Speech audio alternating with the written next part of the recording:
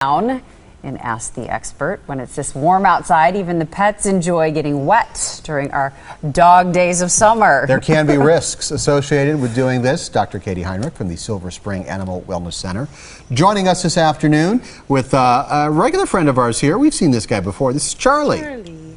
How you doing, buddy? Just here to look cute. Yeah, he does that well. So, dogs taking a dip either in a chlorinated swimming pool or in a lake with Lord knows what in it.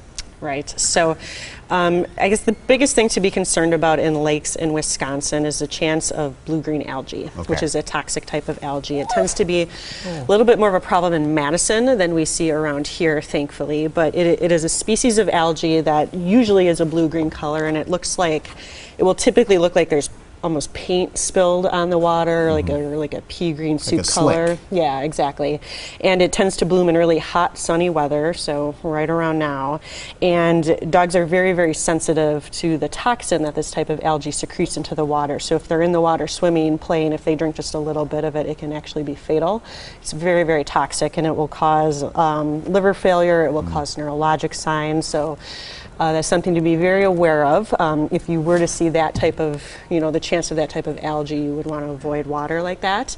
And one of, other than the typical appearance, if you see, just basic pond scum, that filamentous algae, if you put a stick in it and hold it up, it kind of hangs and it drapes over the stick. That other type of algae will not do that. It'll either clump or you can't collect it at all. So that's one of the ways that you can kind of check. And do you need to go and find out, a report on area lakes before you let the dogs take a dip, or can you just visually and do the stick test? It might be safest to check first, because I know that sometimes after the algae blooms, and the algae might not always be very visible, the toxins can still be in the water, so it is probably safest to check. I know in Madison they put out public safety alerts when it's at very high levels in that water, because they don't want people in that either. What about chlorinated water? Any concerns with that? I know we're talking about the murky muck here, but what about the crystal clear pools in the backyard? Yeah, so usually that's just fine. The chlorine is very dilute, so a dog would, drinking a little bit or taking in a little bit when they're swimming is not typically a problem. It can be a little irritating on the stomach, but most dogs don't have any issue with it. So as long as it's diluted and they're not just totally tanking up on water from a swimming pool, you should be just fine. I guess the biggest thing is safety with swimming pools, just like with children. You have to be very, very careful that your dog is always supervised back there.